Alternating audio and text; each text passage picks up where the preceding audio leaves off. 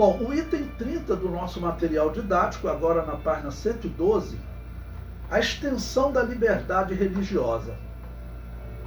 Na verdade, Constantino não encerrou com a perseguição. Ele confirmou a liberdade que havia sido proclamada por Galério. Bom, eu coloquei aqui alguns historiadores para vocês poderem entender.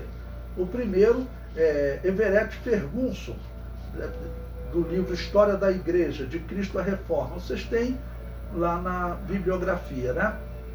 Ele diz: outros crentes não tiveram uma opinião favorável no tocante à Igreja Constantiniana, ou seja, a igreja que Constantino organizou, e pronunciaram-se contra a união entre a igreja e o Estado, e a desenvolvimentos associados a isso, como a queda da igreja. Eles agiram assim por causa do declínio do compromisso entre os membros da igreja, dos baixos padrões da vida cristã e da introdução coercitiva. Coercitiva é obrigar, né? Tá bom? Eles vão começar a implantar uma obrigatoriedade. Vai chegar um ponto que eles vão dizer, olha, todos os súditos do império têm que ser cristão. Senão não pode ser mais súdito do império. Vão proibir o paganismo.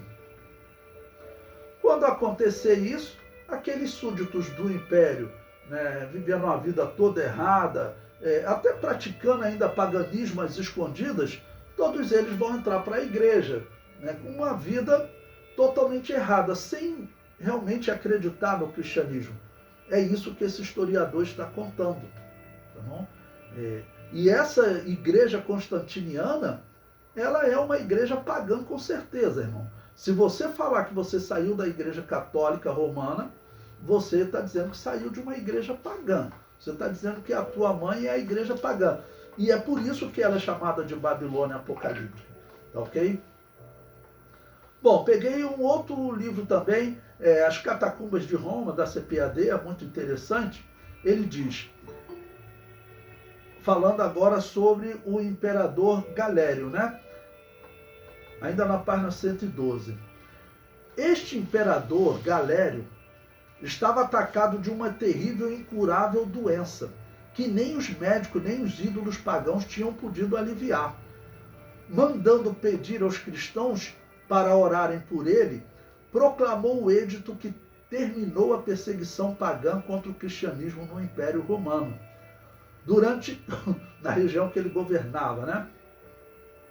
Durante todo aquele longo período, estas cavernas e galerias das catacumbas, o livro conta a história das catacumbas, tem muita história ali. Se eu for colocar todas aqui, nós vamos levar 4 anos estudando, né? Então, eu escolho algumas, mas leiam o livro que é bom. Ele diz, durante todo aquele longo período, essas cavernas e galerias foram usadas como lugares de sepultura de cristãos romanos, muitos dos quais também ali residiam durante o período em que a fé em Cristo era proscrita e perseguida. Bom, interessante, então, esse edito de Galério que sai em 311, ele sai porque também o homem estava morrendo e os sacerdotes pagãos iam para lá jogar fumaça, incenso em cima dele, né?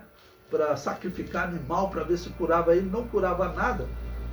E como os cristãos eram muito conhecidos, claro, porque eles estavam a todo momento matando, que fé é essa, que fé é essa? E isso já vinha uma pergunta há quase 250 anos, tá bom? Desde o ano 89, quando começou esse tipo de perseguição. Então ele resolveu o seguinte, olha, vamos recorrer a esse Deus dos cristãos, porque do jeito que esse povo é perseguido, então esse livro conta que ele, se vendo numa situação dramática, ele assinou esse edito.